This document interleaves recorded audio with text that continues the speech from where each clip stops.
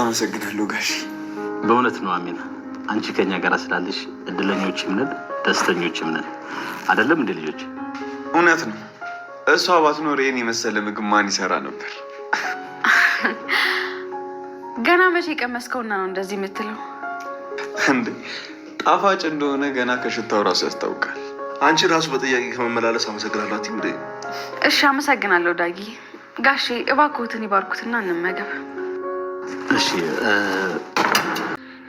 እንዲሁ አምረውን ወደኛ መምጣት ጥሩ ነው። ጨቅሊ እኮ ልክ ነህ። ቢያንስ ለጥቂት ቀናት እኮ የምንበላ ነገር አግኝተናል። ምን እሱ ብቻ ብሎ ሳቅሳቅ ይለኛል። በል ቆይ አንተ ግን ምን አስበህ ነው? ታጉቴ ማግኘት ነው? ምን ወንድ አጥርን ቤተሰቡ በተሰበሰበበት ቤት ውስጥ ዘው ብሎ በመግባት እጅጉን ያላሰቡትና ያልጠበቁት ነገር ተፈጥሯል። ዳጊና ናሆምም እንግዲህ ለይቅርታ በራት በተሰባሰቡበት ሰዓት ነው እንግዲህ ወንድ አጥር ኑሐሚን የምትገባው ለእኔና ለእኔ ብቻ ነው፣ ስጋዬን ላሞራ አጥንቴንም ፈጭተው ለንፋስ ቢበትኑት ምንም ግድ አይሰጠኝም፣ ኑሐሚን የኔና የኔ ብቻ ናት በማለት ነበር እንግዲህ ቤት ውስጥ ዘው ብሎ ገብቶ ሰላማቸውን ለመንሳት እየሞከረው። ታዲያ ይህን ነገር ያደረገችው ደግሞ አምራን ናት። አምራን ወንድ አጥር አሁንም ድረስ ኑሐሚንን እንደሚፈልጋትና ኑሐሚንን መበቀል እንደሚፈልግ የራሱ ማድረግ እንደሚፈልግም ካወቀች በኋላ የነ አቶ ለይኩንን ቤት አሳይተዋለች። ይህ ነገር ደግሞ ለወንድ አጥር እጅጉን ሰላምና ደስታን ፈጥሮለት ነበረ። በዚህ አጋጣሚ ታንጉቴን በማግኘቴ እጅግ በጣም ደስተኛ ነኝ በማለት ያን ልፍስፍስማ ኑሐሚንን ሲወስዳት ቁሜ ማየት አልችልም በማለት ነበር እንግዲህ ወደዛ ቤት ሊገባ የተገደደው። እንግዲህ ዳጊ በበኩሉ የኑሐሚንና የናሆምን ሰርጋቸውንም ሆነ ግንኙነታቸውን አሁን ላይ አምኖ ተቀብሎ ይገኛል። ምክንያቱም ኑሐሚን ቀረብ ብላ እንግዲህ እያወራችሁ ነበረ። አንተ ጠቃሚና እንዲሁም ደግሞ ለዚህ ቤተሰብ በጣም አስፈላጊ ሰው ነህ፣ አንተ ስላለ ነው ይህ ቤተሰብ በሁለት እግሩ ቆሞ አሁን ላይ ላለበት ደረጃ የደረሰው፣ ኤሚም ታክማ ለመምጣቷ የአንተ አስተዋጽኦ አለበት እያለች እንግዲህ ስትነግረው ዳጊም አስፈላጊ ሰው መሆኑ ስላልገባውና ስላልተረዳ ነበር ማለት ውስጡ ባይተዋርነት እና ባዶነት እየተሰማው ስለነበረ ይህን በማለቷ እጅግ በጣም ደስ ስላለው አሁንም ቀረብ ብለሽ አንቺን እንድረሳሽና እንዲሁም ደግሞ ከወንድሜ ጋር ሰላም እንድንፈጠር እንድታደርግልኝ እፈልጋለሁ ብሏት ስለነበር እሷም ደግሞ በሲስተምና በጥበብ አሁን ላይ ሁለቱ ሰላማዊ ሰው እንዲሆኑና እንዲሁም ደግሞ ሁለቱ ወንድማማቾች ይቅርታ እንዲባባሉ እያደረገች ትገኛለች። በዚህ ጉዳይ ደግሞ አቶ ለይኩን እጅጉን እያመሰገናትና እንዲሁም ደግሞ በጣም ደስተኛ ሆኖ ይገኛል። አቶ ለይኩን እንግዲህ ከዛ በፊት ድርጅቱ ከባድ ኪሳራ ውስጥ ስለገባ እንዲሁም ደግሞ ናሆምና የዳጊ አለመስማማታቸው ሌላ ጭንቀትንና ሌላ ስትርስ ውስጥ ከቶት ነበረ። በሌላ በኩል አሁንም ድረስ አምራን ያን ቤተሰብ ለመበቀልና እንዲሁም ደግሞ ያን ቤተሰብ ለመጉዳት አላቆመችም። እንግዲህ ወንድ አጥር ኑሐሚን እንደሚፈልጋት ስላወቀች ነበረ የናሆምን ቤት ልታሳየውና እንዲሁም ደግሞ ስለ ኑሐሚን አውቃለሁ ናሆምና ዳጊን አውቃቸዋለሁ በማለት ሁሉንም ነገር እንደምታውቃቸውና አብራቸው እንደነበረ ውላ ነበር እንግዲህ ለወንድ አጥር ስትነግረው የነበረ። በሌላ በኩል ጭኑ አሁን ላይ እንግዲህ እንደምናውቀው ዳጊን ስልኩን ሰርቀው ነበረ። ግን ደግሞ አሁን ላይ እልም ያለ ፍቅር ውስጥ ስለገባሽ ዳጊ ደግሞ አንቺ ሌባ ስልኬን እንድታመጭልኝ ፈልጋለሁ ባለ ሰዓት ያዙ ይልቀቁ እያለች ትገኛለች። ምክንያቱም ስልኩን ጆሮዋ ላይ ስለዘጋው እንዴት እኔ ላይ ስልኩን ይዘጋል የሚለው ነገር እጅጉን አበሳጭቷትና እንዲያውም ደግሞ እሱን የራሴ ማድረግ አለብኝ ብላለች። ምክንያቱም እልህኛ ናት ልጅቷ። አሁን ደግሞ በልህ እሱ ከኔ ጋር ነው መሆን ያለበት ብላለች። ይሄ ነገር ደግሞ ለዳጊ እጅግ በጣም ደስ የሚል ዜና ነው ብዬ ነው ማስበው። ዳጊ ካለበት ከብቸኝነትና ከባይተዋርነት ስሜት ወጥቶ አንድ ላይ የሚሆንበት አጋጣሚ እየተፈጠረ ይመስላል። ታዲያ በዚህ ጉዳይ ላይ ምን ተፈጠረ፣ ምን ሊፈጠር ይችላል የሚለውን ነገር የምናወራ ይሆናል። ሰላም ጤና ይስጥልኝ ውድና የተከበራችሁ የቻናሌ ቤተሰቦች፣ ተወዳጁን ድራማ ኑሐሚን ቀጣይ ክፍል ወደ እናንተ ይዤላችሁ መጥቻለሁ። በዚህ ክፍል ላይ ብዙ ነገሮች ተፈጥረዋል። ቀጣይስ ምን ሊፈጠር ይችላል የሚለውን ነገር የምናወራ ይሆናል። ታዲያ ተወዳጆች ቪዲዮን ስትጀምሩ ላይክ እንድታረጉና እስከ ቪዲዮ ፍጻሜ አብራችሁ እንድትቆዩ በአክብሮት እየጋበዝኳችሁ በስተ መጨረሻም ወንድ አጥር እንግዲህ ዘው ብሎ ቤተሰቡ በተሰበሰበበት የራት ግብዣ ላይ ይቅርታ በተሰባሰቡበት ሰዓት ነበር እንግዲህ ዘው ብሎ ቤት ውስጥ የገባው። አቶ ሌኩን እጅጉን በጣም ነበር የደነገጠው። ዳጊና ናሆም እንደበድበዋለን፣ ከዚህ በኋላ እኛን የምታሰቃይበት ሰዓትና ጊዜ አብቅቷል፣ በሀገራችን መተማ ይህን ነገር እንድታደርግ በፍጹም አንፈቅድልን በማለት ዳጊና ናሆምም ለመደባደብ ነበረ እንግዲህ የተነሱ። ታዲያ አቶ ሌኩን አሁን ላይ ሌላ ችግርና ሌላ ጭንቀት አልፈልግም፣ ያለብን ጭንቀት ይበቃናል፣ ከዚህ በኋላ ሌላኛው ፈተና ደግሞ ቤት ውስጥ ሰተት ብሎ መጣ በማለት እንግዲህ በጣም ነው ለመናገር ያዘኑት። ምክንያቱም አንደኛው ፈተና አለፈ አለቀ ሲባል እንግዲህ የዳጊና የናሆም ጉዳይ ተቋጫ በቃ። ከዚህ በኋላ ስለ ሰርጉና ስለ ሰርጉ ብቻ ነው የምናስበው። ኤሚም ታክማ ወደ ቤቷ ተመልሳለች። ይህ ነገር ደግሞ በጣም ትልቅና እንዲሁም ደግሞ ቤት ውስጥ ሲጠበቅ የነበረው ሰላም ነው። ታዲያ ድንገት ደግሞ የወንድ አጥር ዘው ብሎ ቤት ውስጥ መግባቱ እንግዲህ አዲስ አበባ መጥቶ እንደነበረ ዳጊም ያውቃል፣ እንዲሁም ደግሞ መላ ቤተሰቡ ያውቅ ነበረ። ግን ደግሞ ቤት ውስጥ ሰተት ብሎ ይመጣል፣ ያገኘናል በቀላሉ። ይህ ከተማ እንግዲህ ሰፊ ነው። ስለዚህ የእኛም ቤት ደግሞ ፈልጎ ማግኘት እጅጉን ከባድ ነው። ያለንበትን ቦታ ሊያውቅ አይችልም ብለው ነበር ያሰቡት። ግን ደግሞ አጋጣሚ ጭኑና አምራን ዘርፏቸው ስለነበረ አምራን ደግሞ የኑሐሚንን ፎቶ አይተው ስለነበር በዛ አጋጣሚ እንግዲህ የኑሐሚን ማለት የነ አቶ ሌኩንን ቤት ልታሳያቸው እና ወደ ቤትም ልታመጣቸው ትችላለች ማለት ነው። ታዲያ አምራን አሁን ላይ ተለውጭ ያለው ተቀይር ያለው ኑሐሚንና ናሆምን ከዚህ በኋላ በምንም ሁኔታ እንዲጎዱ አልፈልግም ብላ በባለፈው እንግዲህ ለዳጊ ጋር ለመደራደር ሞክራ ነበረ። ዳጊን ወንድ አጠር እንደመጣና እንዲሁም ደግሞ ወንድ አጠርን ማግኘት ፈልጋለሁ ባላት ሰዓት ዳጊ ምን እንደምትፈልግ ካልነገርከኝ በፍጹም ላገናኘ ላሳየም አልችልም ብለው ነበረ። ታዲያ ዳጊ እኔ ምንም የምፈልገው ነገር የለኝም ሲላትም እሷ ግን ይህን አጋጣሚ ተጠቅመ ኑሐሚንን የራስ ማድረግ ስለምትፈልግ ነው ብላ ይህን ነገር ነበረ እንግዲህ ማወቅ የፈለገችው። እሱም በዚህ ጉዳይ ላይ ምንም መጠቀም እንደማይችልና እንዲሁም ደግሞ ማድረግም እንደማይፈልግ ነበር አስረግጦ የነገራት። ታዲያ ይሄ ነገር በሀሳቧ ሊስማማ ስላልቻለ እሷ ደግሞ ወንድ አጠር አዲስ አበባ ለምን እንደመጣ ማጣራት አለብኝ፣ አሁንም ድረስ ኑሐሚንን ፈልጎ ነው ወይስ ደግሞ ምንድን ነው የሚለውን ነገር ማወቅ ስለፈለገች እንግዲህ ወንድ አጠርን ሄዳ አውርተው ነበረ። ታሰረቃችሁትን ዕቃ ልመልስላችሁ ነው እየመጣው ባለችበት ሰዓትም ወንድ አጠርን በሰዓቱ በጣም ነበር የተናደደው። ሌባዋ ለካ አንቺ ነበርሽ በማለት ይዞ ጠልዞ ነበር የጣላት። በእርግጥ ለአምራን ያ ነገር ይገባታል። ምክንያቱም አሁንም ድረስ እንግዲህ ያን ቤተሰብ በዚህ ሁኔታ ሆና እንኳን ያን ቤተሰብ መተው አልቻለችም።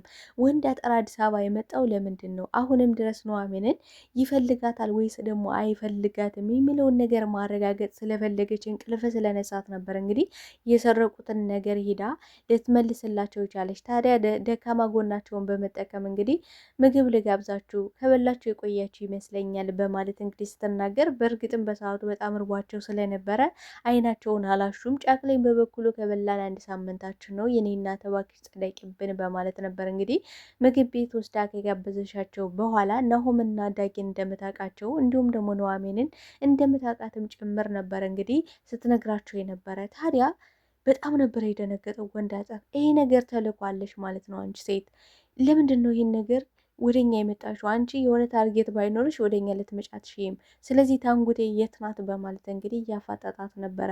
አምራንም በሰዓቱ ፈቶ ላይ ስላየሻት ምናልባት አንተ ኑሐሚንን ፈልገ ከመጣ ብዬ ነው እንጂ ሌላ ነገር የለኝም፣ በዚያ ላይ ደግሞ በዚህ ጉዳይ ልረዳ እችላለሁ ኑሐሚንን እንድታገኛት ብለው ነበረ። ይህ ነገር ደግሞ ለወንድ አጠር እጅጉን በጣም ደስ ብሎታል። ታዲያ ጫቅሌ እኔ መኖር እፈልጋለሁ መሞት አልፈልግም፣ እንዲያውም ወደ ሀገራችን መመለስ አለብን ነበረ ሲለው የነበረው። እንዲህ አሁን እኮ ታንጉቴ ላገኘት ጫፍ ላይ ደርሻለሁ፣ ስለዚህ ባዶ እጄንማ በፍጹም አልመለስም፣ ታንጉቴን አልባ ነው ሲል የነበረው። ታዲያ ጫቅሌም እኔ መሞት አልናፈቀኝም፣ መግቢያ የሌላት ምናፈቃት ይባላል። ስለዚህ እንዴት ነው አንተ መግቢያ ለአንገታችን መግቢያ እንኳን የሌለን አሁን ላይ ኑሐሚንን እናግታታለን እንጠልፋታለን የምትለው? ቆይ እዚህ ሀገር እኮ ህግ ያለበት ሀገር ነው አይደል እንዴ? እንዴት ነው እያሰብክ ያለው? እኔ መኖር እፈልጋለሁ እያለው ነበረ።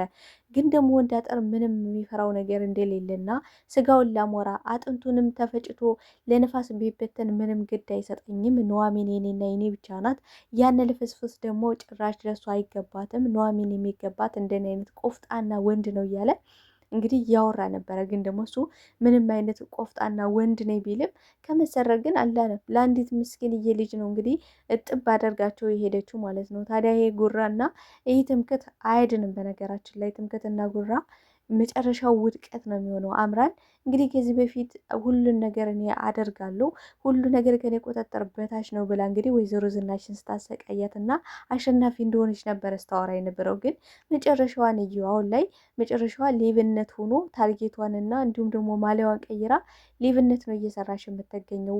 ታዲያ ዳጊ ስልኩን ጥብ ስላደረጉት በጣም ነበር የተናደደው። ቆይ አምራን ሌብነትን መስራት ጀመርሽ?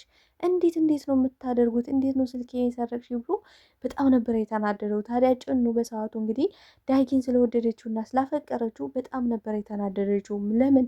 ስልኩን ጆሮዋ ላይ ስለዘጋባት ሌባ ስልኩ ውስጥ ብዙ ፋይል አለኝ፣ እኔ ስልኩን ቀፎ እንደፈለግሽ ማድረግ ትችያለሽ፣ ግን ደግሞ ፋይሉን የሆነ ቦታ ላይ አስቀምጭልኝና ገንዘብ እሰጥሻለሁ ብሏት ነበረ። ታዲያ ይህን ሲላት በጣም ነበረ በቃ ኳያለችው ማለት ነው። ምክንያቱም እሷ ስልኩን የሰረቀችው እንደ ማንኛውም ሰው ሰርቃ ልትወስድበት ወይ ደግሞ ልታጠፋበት ሳይሆን እሱን ማግኘት ስለምትፈልግ ነው። እሱን የማግኛ መንገድ ነው ይህን ነገር የተጠቀመሽበት። ታዲያ ይህን በማለቱ በጣም ነበር የተናደደችው። ታዲያ አምራን ተገርማለች። እንዴ የምርም ፎንቃው ገብቶልሻል ማለት ነው። ማለት በዚህ ደረጃ ከተናደድሽና ዳጊ እንደዚህ ብሎ ካናደደሽ ይሄ ነገር ሌላ ነገር አለ፣ ይሄ ነገርማ መመርመር አለበት እያለቻት ነበረ። ታዲያ አቶ ለይኩን በሰዓቱ በጣም ከፍቶት ነበረ፣ አዝኖ ነበረ።